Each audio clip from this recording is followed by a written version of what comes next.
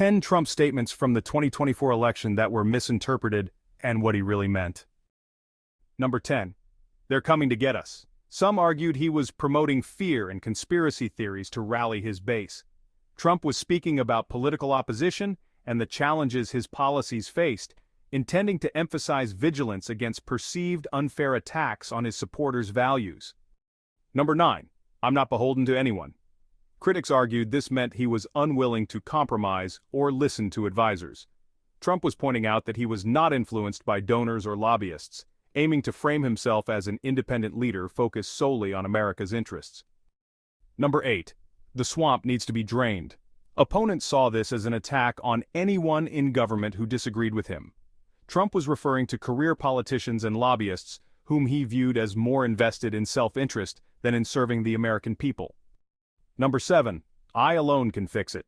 Critics took this as Trump positioning himself as a singular savior, sidelining collaboration.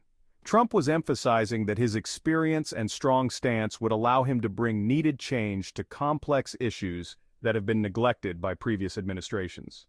Number 6. We should reduce foreign aid. Critics claimed this was isolationist and would harm global allies. Trump argued that some foreign aid should be redirected to address domestic issues first, aiming for a balance where America prioritizes its own needs before extensive international spending. Number 5. The media lies every day.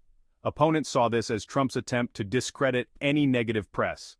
Trump was specifically referencing instances where he felt media outlets reported inaccurate or biased information, not an indictment of all journalism. Number 4. We should control who comes into this country. This was interpreted as anti-immigrant rhetoric with racial undertones. Trump intended this as a call for more organized and legal immigration processes, aiming to address national security concerns rather than exclude specific groups.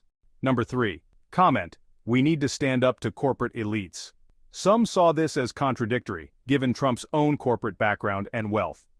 Trump was speaking against corporate lobbying and its influence in politics, arguing for a government that prioritizes the average citizen over powerful business interests.